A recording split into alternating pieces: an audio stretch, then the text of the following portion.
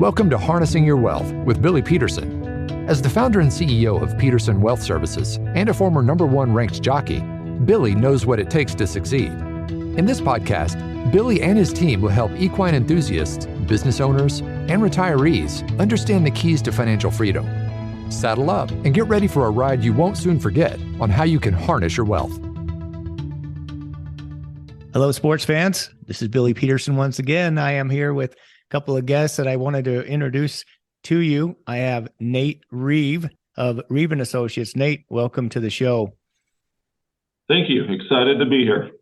We're glad that you could be along. Shaun and I are both excited to ask you a lot of questions about your business and what you see in the world as it stands today.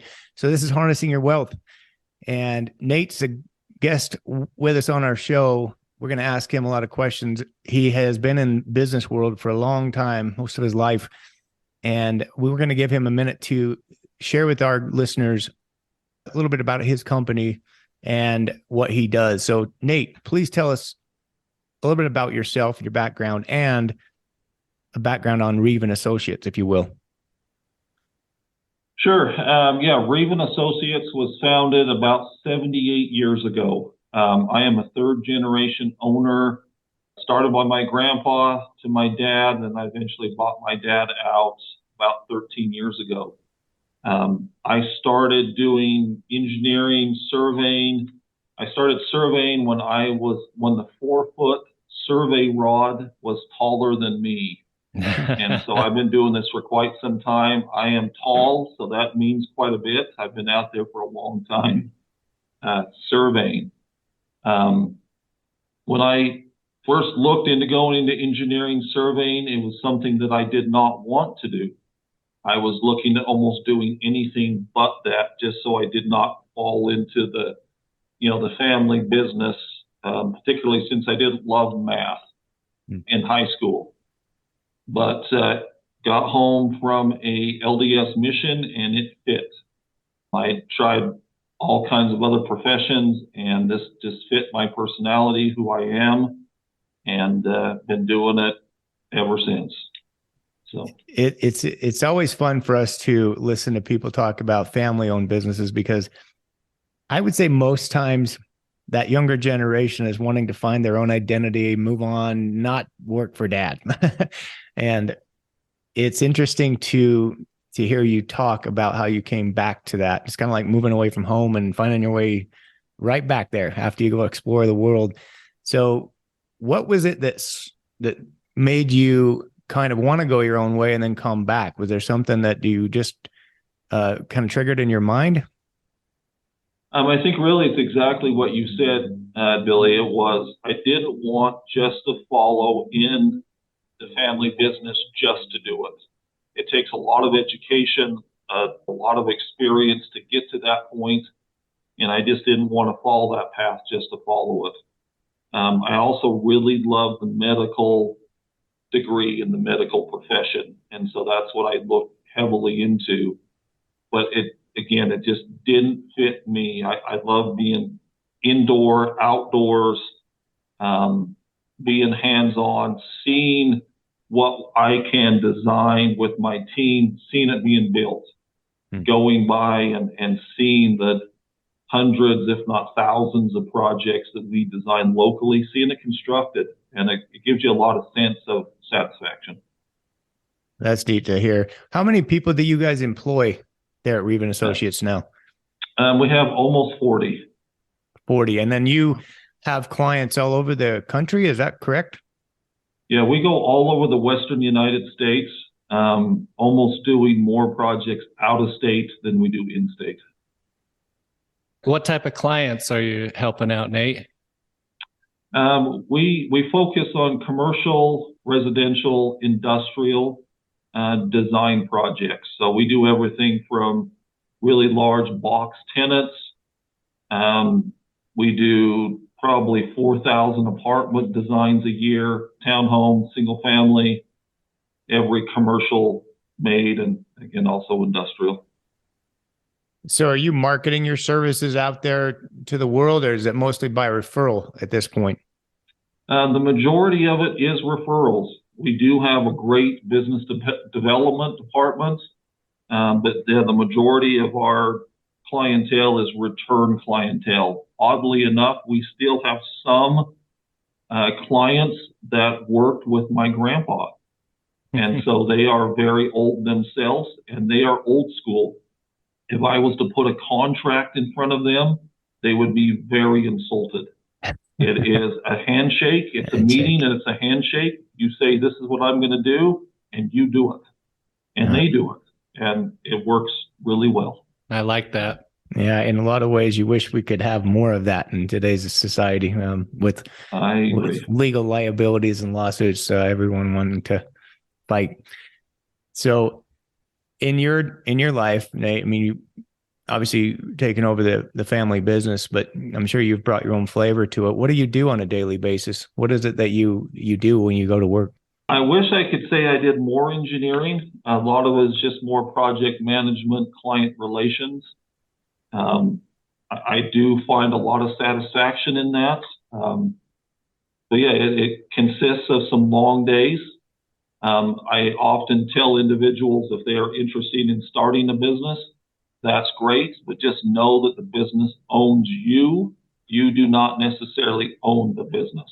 Mm. And if you can go into that mentality correctly and really love what you do, yes, you can be successful at it. Nice. I hear you. What about in today's world as a business owner? What are some of the biggest obstacles or challenges you're seeing? A lot of that is jurisdictional based.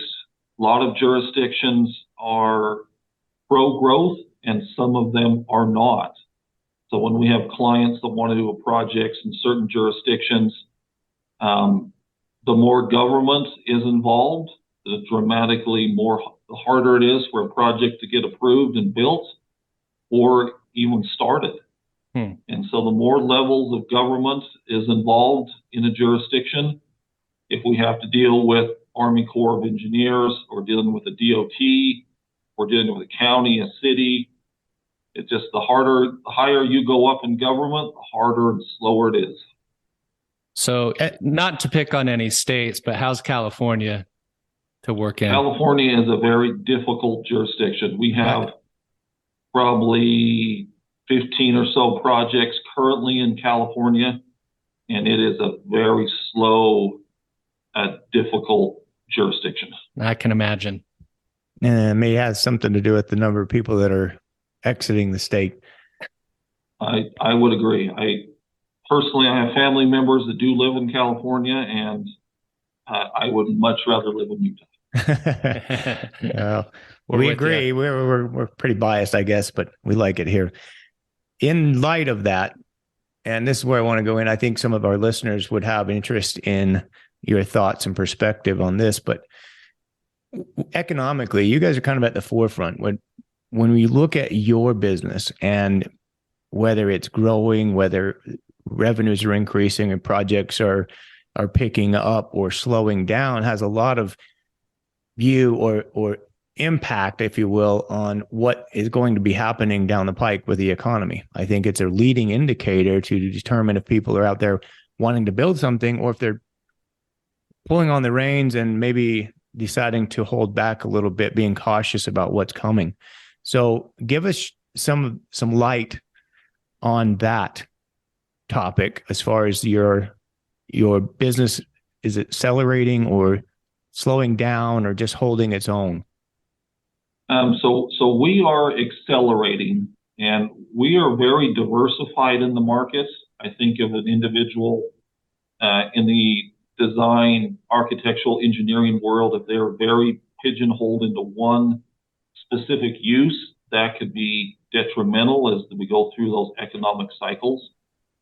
But, for example, when we saw the interest rates dramatically climb at the end of last year, we had many individuals that put projects on hold. Some of those individuals probably should not have been in the market to begin with. They probably did not. They probably weren't real economically sound themselves. We did see a lot of the big public builders that we work with, nationwide public builders, put some brakes on some projects as they tried to, figure out internally what this new interest rate was going to do. But that only put, a stall on maybe 20 or 30 projects for a few months. Since then, they've adjusted, they've figured it out, and since then it's going crazy and strong. And Billy, you are correct. In our world, we do see sort of the forefront of the economic ups and downs. When we've had some big corrections, I have a handful of individuals that will constantly call me and say, how are you doing? Are you busy? What's going on? Because yes, as we see economic ups and downs and we see big downs, we are directly affected first. Yeah, you're at the forefront of that. And it's kind of like housing starts. It's one of the economic indicators that we watch, the data that comes out regularly from our government.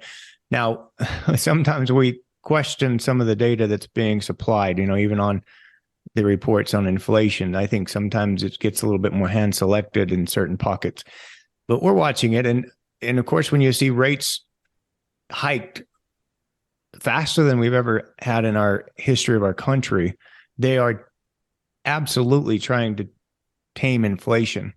And this cycles back or harkens back on the 70s when we had two different Fed chairmen trying to do the same thing. One thought had it under control, Burns, and didn't.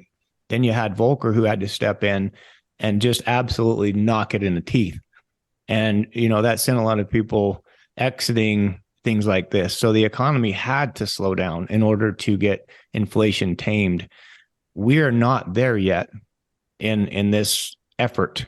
So the Fed keeps telling us, we're not done yet. This is maybe a short pause, but it's only a temporary pause.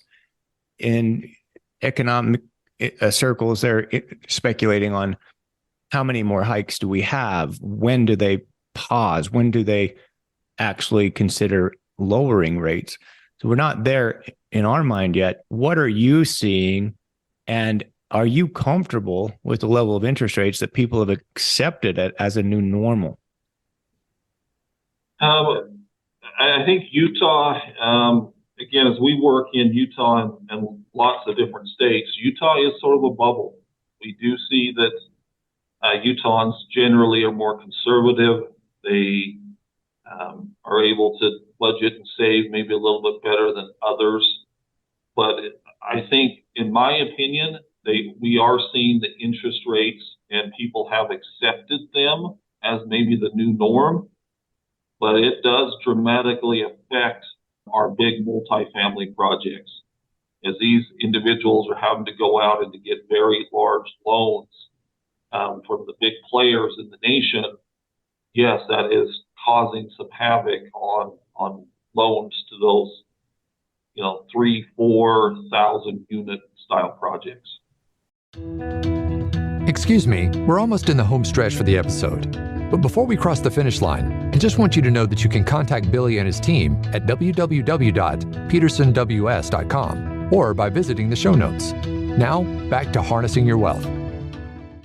Yeah. For those of our listeners out there who are wondering, from a business owner's perspective, because I think many people got in this trap back in the 2008 major recession we had. Many people were just not solvent in construction industry, and I'll speak to that one. Very large number of subcontractors went out of business just because they didn't have enough resources to back them up. They had a lot of money on loan. They had equipment, inventory, et cetera, et cetera. And then when things dried up, they didn't have any way to pay it off and no way to support themselves.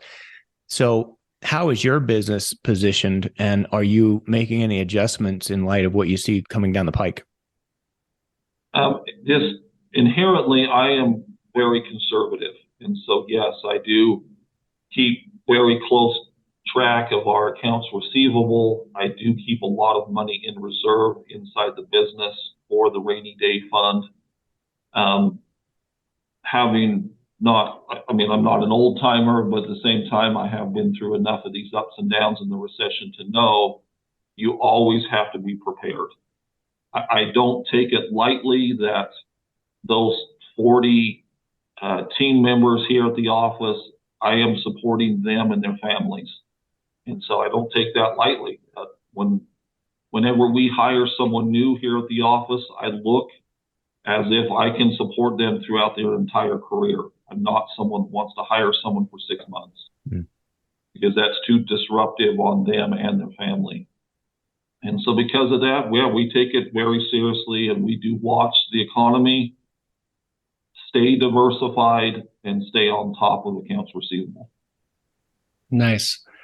Nate, what would you say to someone that may be thinking about starting a business or taking over a business like you have with this third generation? What's required of a business owner and a business to be successful?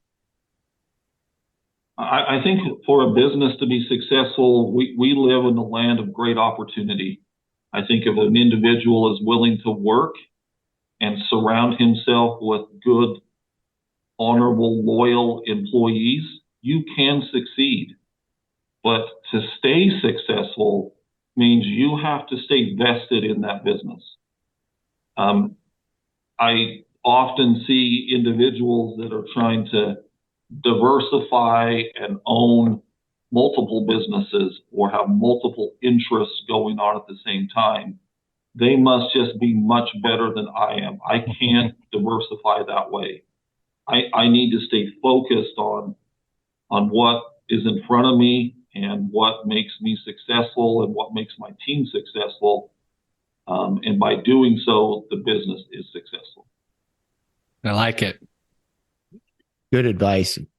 Nate, as a humble person, you've obviously done very well for yourself and taken over the business. You've made your own adjustments to the company. Can you share with us a little bit of what you did to maybe help the business continue to grow? Because, I mean, sometimes people say, you're just, you're lucky you took over something that was already there.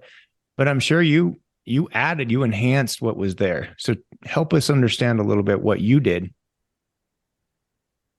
Sure. I mean, to give you a little bit of background, when I purchased it from my dad was having an internal conflicts with a couple of partners. This was during the Great Recession. There was a lot of financial issues.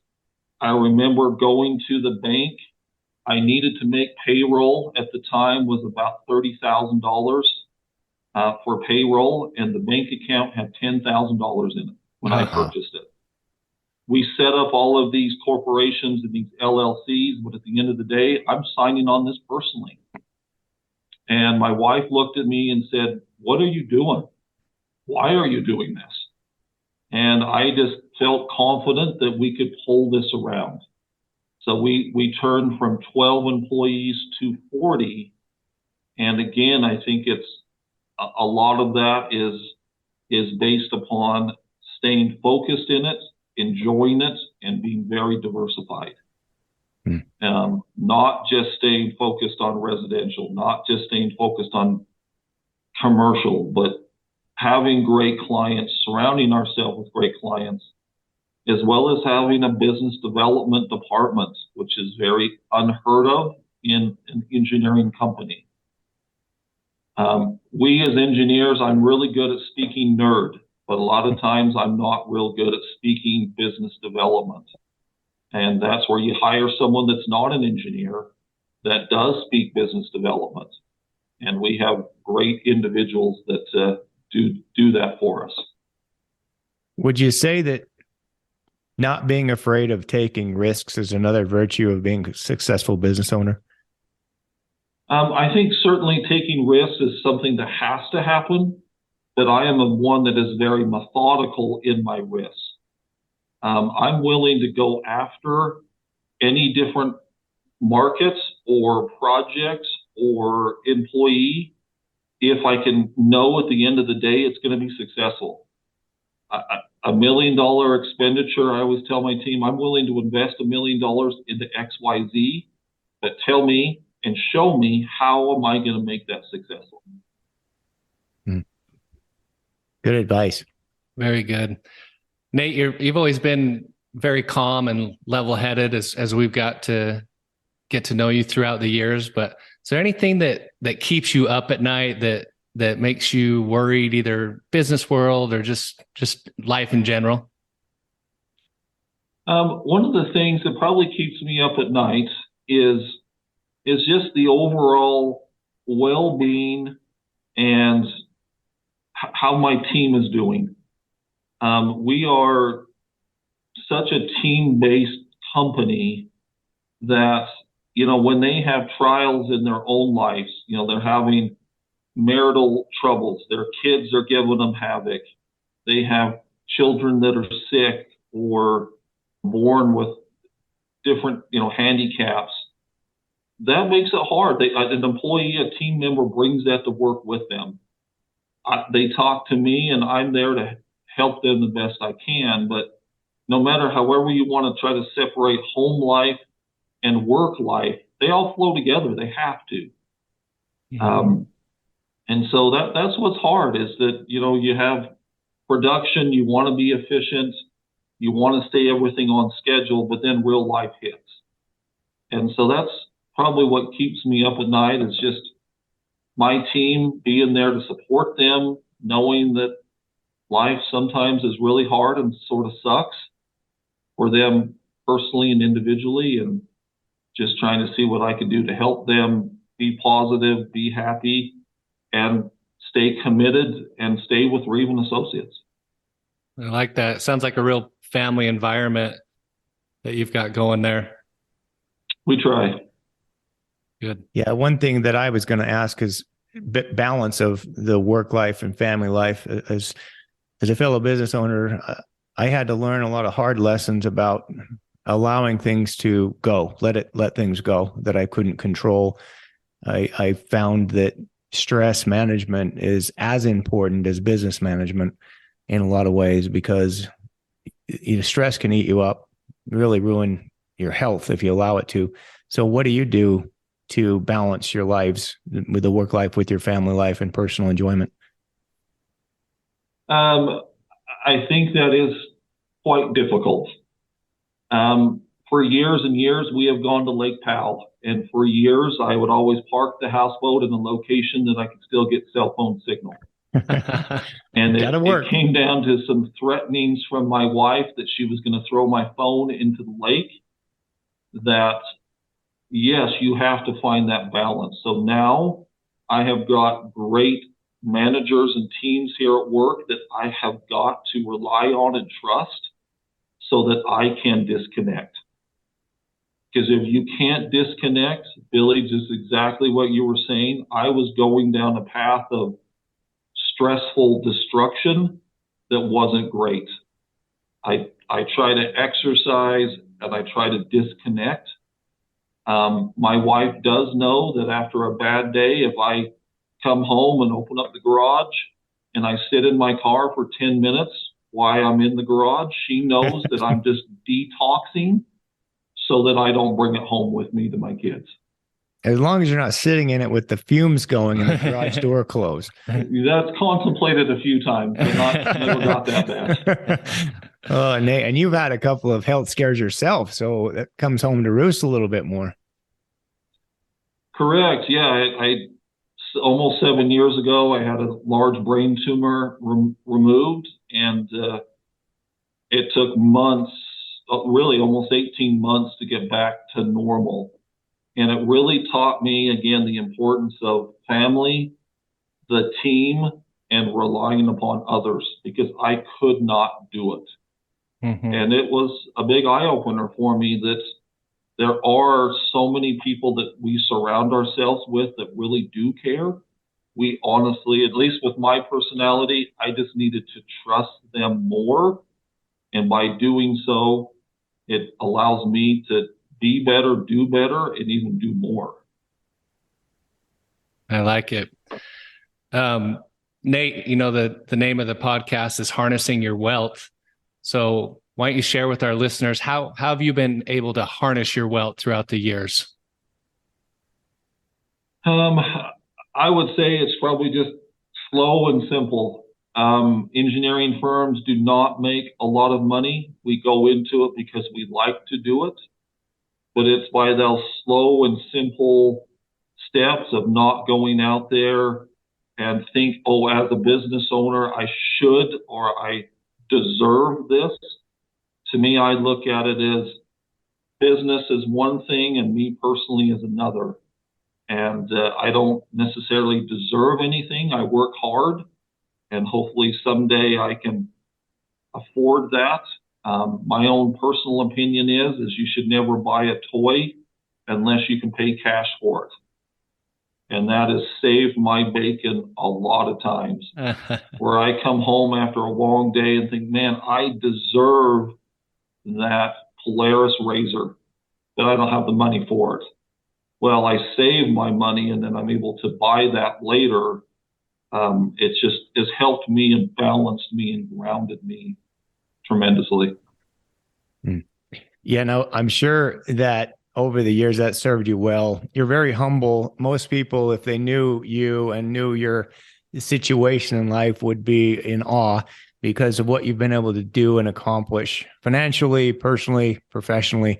So we're grateful for your comments. They hold a lot of weight, and we appreciate what you've had to say here today. And hopefully our listeners will glean some great insight, especially those who are thinking about starting a business or maybe running their own.